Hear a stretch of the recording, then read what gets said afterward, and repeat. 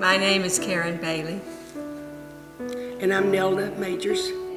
We met in 1957. We were living in the same dorm at Sam Houston State College in Huntsville, Texas. And that was in 1957. I was 19, Karen was 18. I was a sophomore and she was a freshman. So I went to high school in a very small town, so I was not ever associated with any gay people and actually didn't even know that girls were gay. I knew that I was gay. And I had a lot of gay friends at Sam Houston because I was majoring in physical education. And for the record, a lot of gay people major in physical education.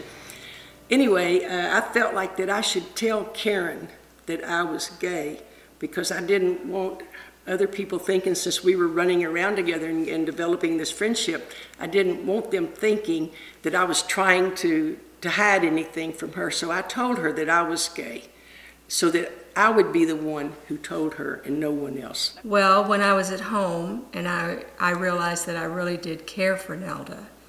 And so when we went back to school that night, Nelda told me that, and we were talking, and she told me, she said that she loved me, and I said, well, I love you too. And she said, no, I don't think you realize what I'm saying. I really love you. And I told her, I said, I know exactly what you're saying because I really love you too. Well, in the 50s, you certainly didn't let anyone know that you were gay. You could lose your friends, your family, your job definitely, and even your church family. So there were gay bars where you could go, but they were very dangerous. They were raided. You could be arrested. You could actually be hurt. So our friendships were made mostly with softball, and our social activities were with our softball friends, and we made many friends. We met a lot of girls from all over the United States, and we're still very good friends with all of them. One problem that we had as far as playing locally, there was no competition for our team in the Houston area, so we did get in a men's league. That was a good experience because it was a lot of competition, and by the way, we won the league. Well, I still was new to the gay life, but I went one day with Nelda to practice, and I was sitting up in the stands, and the men's team was coming out because they were fixing to play, and I heard the wives coming up the stands, and one of them was saying, come here, I want you to look at these queers. And I was sitting there and I just got sick, and I was angry because I felt like I wanted to tell them, these women out there are professionals, they're doctors, they're teachers, they're high up in internal revenue, and they just love to play sports. They're not queers. But needless to say, I didn't say anything. But when we went home, I told Nelda, I think you need to quit playing softball, because to me that was just the ultimate that you were being called that. And she looked at me like I was crazy because she had been playing softball since she was 12. And she said, don't make me make a choice. And needless to say, I didn't. And I became very immersed in softball myself. I became their scorekeeper. I traveled on all of their trips, and I didn't have to sit up in the stands anymore. But one consolation was that before that season was over, the husbands' wives were cheering for the queers. Well, first of all, I majored in physical education the first 2 years at Sam Houston State College, and it was no problem. You know, that was not an issue.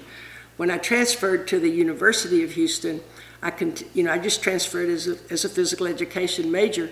The department head called me into her office and told me that she needed to talk to me, that she knew that I was one of the softball players there in Houston, and she wanted to make me aware that her department did not allow softball players to major in physical education, that I would have to make a choice, either change my major or leave the department. Or if I wanted to stay in the department, I would have to quit playing softball, and if I wanted to keep playing softball, then I did have to leave that department. And she wanted to give me several weeks to think about it. And I told her I didn't really need any time to think about it, that I'd leave today. And so I changed my major to physical therapy. This particular physical education or department head, she thought of softball as being once again, queers, and she did not want any queers in her department. However, I found out, I might add this, that I found out later that she was also one of the queers. I learned that, that she was one of us, but she was in denial, I guess. We went to meet each other's family right away.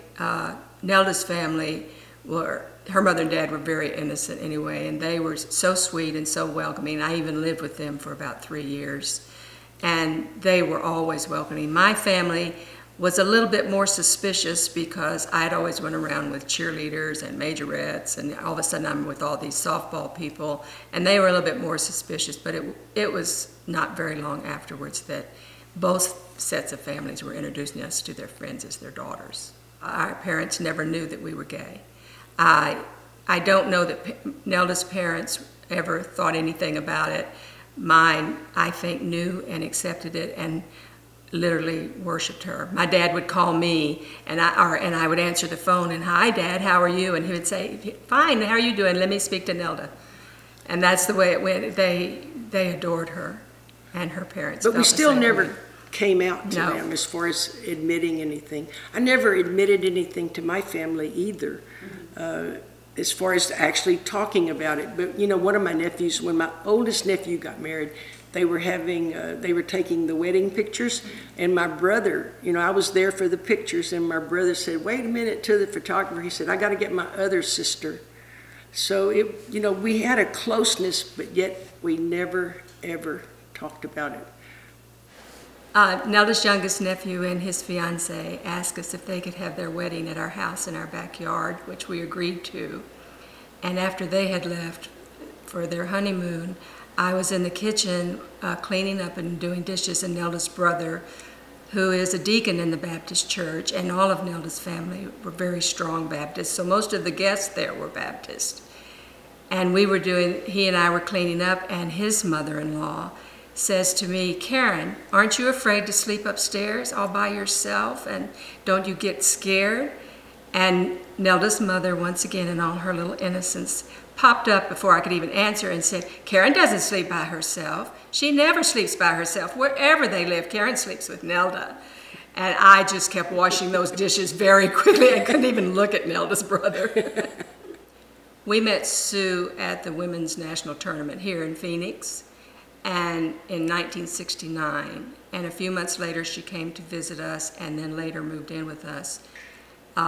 Over the years, she became very active in gay politics in Houston, was one of the first ones to really start pushing it with the city hall, and was later a city council member at large.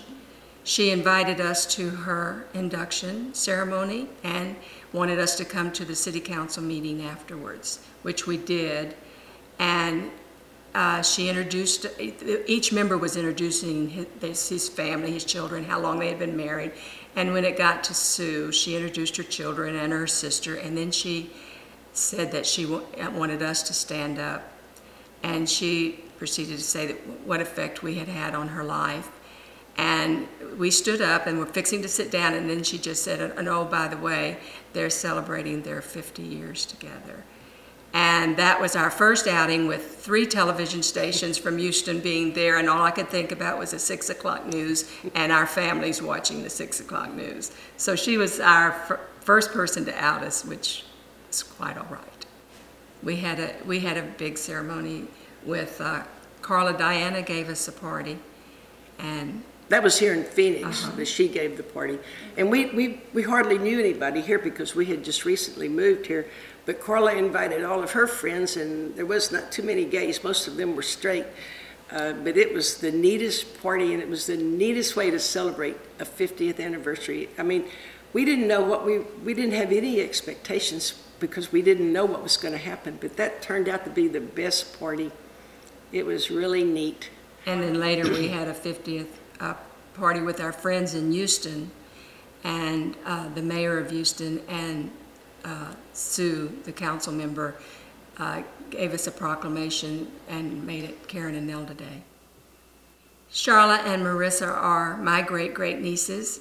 Charlotte came to live with us after we had retired from physical therapy, and she was 4 years old. She's now 20. And 6 years later, Marissa, her half-sister, came to live with us. She was 3, and she's now 14. We had not told them about our relationship until 4 years ago, and we did that with friends here that recommended that it was time to let them know. So I called them into our room and proceeded to talk to them for about an hour, talking to them about our relationship and how much we loved them and how we had not told them to protect them. Went through the whole thing with them for about an hour. And when I got finished, Marissa looked at me and said, "Are you telling me that you're gay?" And I thought, now why did I talk for an hour? That's really all I had to say. And I said yes, and they both said, "Well, it doesn't matter. You're the best mommies in the whole world anyway." And Charlotte said, "The only thing I regret is that you did not let me be part of your 50th anniversary." And they're the 2 greatest girls in the whole world. They're very accepting of everybody now, and they're just wonderful. In living in the closet, I think it was, in a lot of ways, it was stressful, but it was what we were used to. We didn't know how good it would be until we were outed, and then people like Angela and other friends have been so active in the gay rights movement. And now our life is really different, and I can honestly say that I'm sorry we didn't come out sooner. I feel guilty at times that we didn't, but I know that we would not have had the success in the businesses and things that we did have if we had come out. It was a different world then. But it is wonderful now, and just knowing, like even just being out is really great. It made me feel so proud of Joe Biden and Barack Obama when they supported marriage equality. It made me feel like I wanted to run out and buy a wedding band and go get married. And I never thought that in my lifetime that I would hear a president say that. It just blew me away. I mean, I had supported him before he said that, but I support him even more now. I thank God every day for sharing with me the wonderful person that Nelda is, and for the 2 girls that have blessed me with their love. I look at the fact that we stayed in the closet as sort of a strengthening method of our relationship, to make our relationship sincere and strong, even though we had to face the things that we had to face. But my love for Nelda and my gratitude and my respect for her has only grown a lot stronger through these 54 years, and I truly feel blessed. And I feel the same way as far as we've had a lot of blessings in our life. We've been blessed. First of all, we were blessed with good families that loved us. They did not have a lot of money, but we had their support in every other way. I wish that we could have come out to them. But nevertheless, they taught us how to really love and care for one another. And I was blessed with having Karen in my life. She's such a good person. And the 2 girls, we couldn't have 2 better girls. We've been blessed with our business. Everything has always gone well, and that's a break, you know. But I think the main thing that, as far as Karen and I being together and staying together, we're totally different people. We're really, really different. But we do share the same values, and I think that that's been the one thing that's kept us together for so long, because we are alike in that way. And I've known a lot of people in my life. I've had the opportunity to meet a bunch of people, and I can honestly say that out of all those people, Karen is one of the best people in this whole world. She really is. I'll never be that good. And all my friends know that, so then they're still friends, so that's it.